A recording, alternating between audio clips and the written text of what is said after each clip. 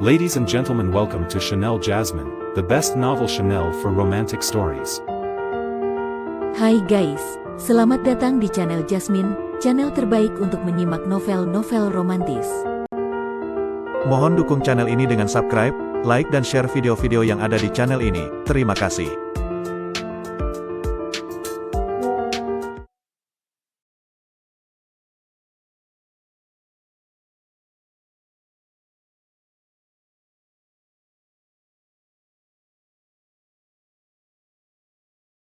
Kaisar Agung Seni Beladiri bab 873. Duar. Hanya dengan satu tebasan, Kaisar Zantian melepaskan serangannya. Meskipun roh artefak dari baju besi petir ilahi memiliki kekuatan yang hampir menandingi seorang kaisar, pada akhirnya ia tetaplah hanya roh artefak, bukan seorang kaisar sejati. Ketua klan Ji seolah terkena sambaran petir, tubuhnya terpental ke belakang. Walaupun ia dilindungi oleh baju besi petir ilahi sehingga tidak langsung terbunuh di tempat, serangan itu tetap memberinya dampak besar hingga ia memuntahkan darah segar.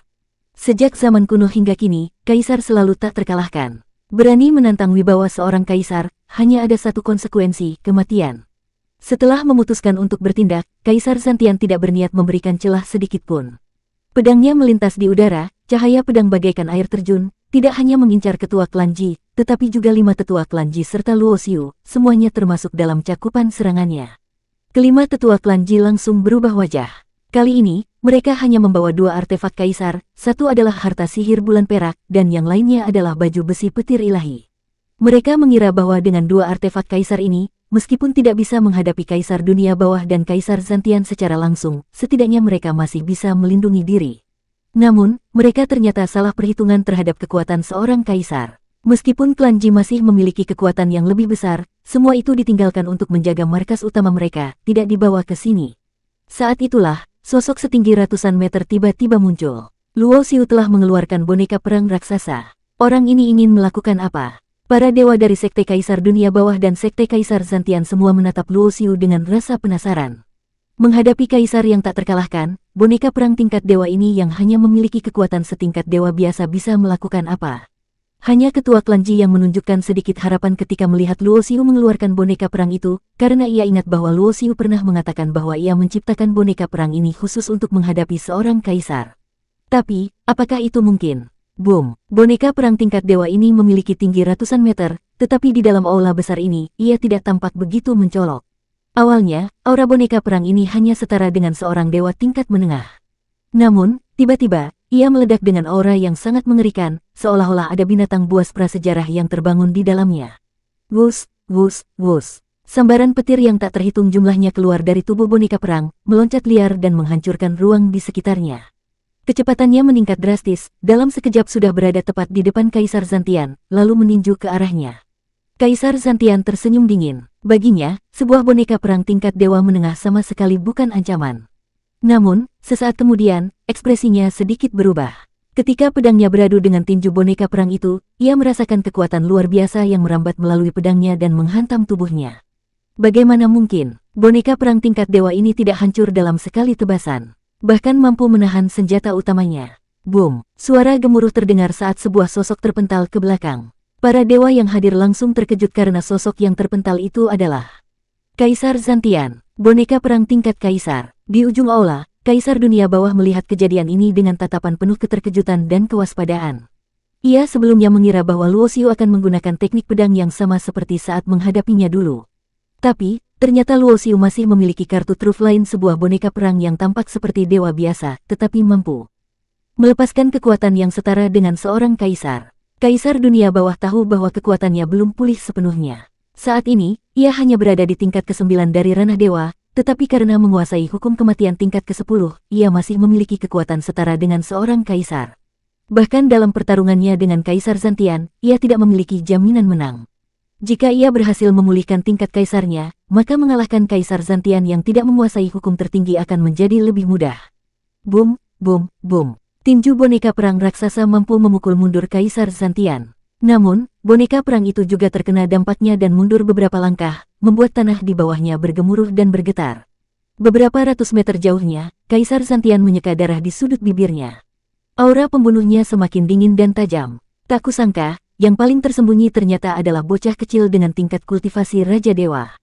Pantas saja kau begitu arogan. Ternyata kau memiliki boneka perang yang sebanding dengan kaisar. Tapi, jika hanya ini, kau masih belum cukup untuk menyaingiku. Luo Xiu berdiri di atas bahu boneka perang raksasa, ekspresinya tetap tenang, tetapi hatinya sedikit cemas. Lonjakan kekuatan boneka perang ini terjadi karena ia mengaktifkan energi darah yang tertanam dalam intinya. Ia telah membuat 3 boneka perang tingkat dewa, dan masing-masing intinya telah disuntikkan setetes darah Kardislar. Kardislar adalah makhluk dewa iblis kelas 7, lahir dari kekacauan, dan merupakan raksasa petir alami. Setetes darahnya mengandung energi yang sangat besar, serta memiliki kendali alami atas hukum petir. Namun, kekuatan Kaisar Zantian ternyata melebihi perkiraannya. Ia bukanlah kaisar biasa, setidaknya berada di tingkat menengah dalam ranah kaisar. Jika pertarungan ini harus berlangsung hingga titik darah penghabisan, boneka perangnya tidak akan bertahan lama sebelum akhirnya hancur. Kemungkinan besar, boneka perang ini masih bukan tandingan Kaisar Zantian. Tentu saja, Luo Xiu masih memiliki kartu truf lainnya. Jika ia membiarkan boneka perang ini melepaskan kekuatan kaisar lalu menggunakan pedang pembajak langit, maka peluang untuk membunuh Kaisar Zantian akan meningkat drastis. Namun, jika tidak benar-benar mendesak, ia tidak ingin mengungkapkan seluruh kartunya. Lagi pula, Kaisar Dunia Bawah di sisi lain masih mengawasi dengan penuh perhatian. Aura membunuh Kaisar Zantian semakin tajam dan mengerikan, tetapi Luo Xiu tidak gentar. Mata boneka perang raksasa bersinar merah, dengan kilatan petir melompat di sekelilingnya. Luo Xiu tahu bahwa Kaisar Zantian bukanlah orang bodoh. Jika mereka saling melukai parah, maka Kaisar Dunia Bawah hanya akan menjadi pihak yang paling diuntungkan. Seperti yang diduga, setelah kedua belah pihak saling berhadapan dalam ketegangan selama beberapa saat, Kaisar Zantian mendengus dingin, lalu memasukkan pedangnya kembali ke dalam dahinya dan meredam niat membunuhnya. Bagus, sangat bagus. Aku tidak pernah menyangka bahwa suatu hari nanti, seorang bocah dengan kultivasi hanya setingkat Raja Dewa bisa memaksa seorang kaisar sepertiku untuk mundur.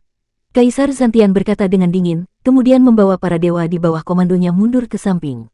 Tindakannya ini jelas menunjukkan bahwa dia telah menyerah untuk merebut harta yang ada di atas batu persembahan. Ketua klan Ji menatap Luo Xiu dengan penuh makna. Meskipun sebelumnya ia telah memilih untuk percaya pada Luo Xiu dan menyediakan banyak bahan baginya untuk membuat boneka perang, menyaksikan sendiri kejadian barusan tetap membuatnya merasa sangat terkejut. Semakin ia berinteraksi dengan Luo Xiu, semakin ia menyadari bahwa pemuda ini penuh misteri dan tidak terduga. Siapa sebenarnya dia? Mengapa dia mau membantu klan Ji? Ia teringat momen ketika Luo Xiu mengembalikan salah satu cahaya pedang leluhur Wu Shuang. Apakah mungkin pemuda ini telah memperoleh warisan dari leluhur Wu Shuang? Atau mungkin ia memiliki hubungan tertentu dengan leluhur itu? Banyak pertanyaan berkecamuk di pikirannya, tetapi ia tidak dapat menemukan jawaban yang pasti. Selain itu, ia juga tidak merasa nyaman untuk bertanya langsung kepada Luo Xiu. Setelah itu, klan Ji mulai menyerang formasi perlindungan di atas batu persembahan. Luo Xiu tidak ikut campur, melainkan tetap duduk bersila di atas bahu boneka perang raksasa, mengawasi Kaisar Zantian dari kejauhan, berjaga-jaga kalau dia tiba-tiba menyerang. Namun, perlindungan yang menjaga harta di atas batu persembahan itu ternyata tidak terlalu kuat.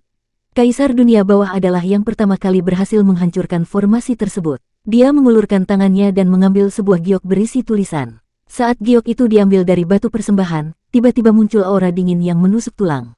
Setelah itu, karakter-karakter kuno mulai melayang keluar dan tersusun di udara.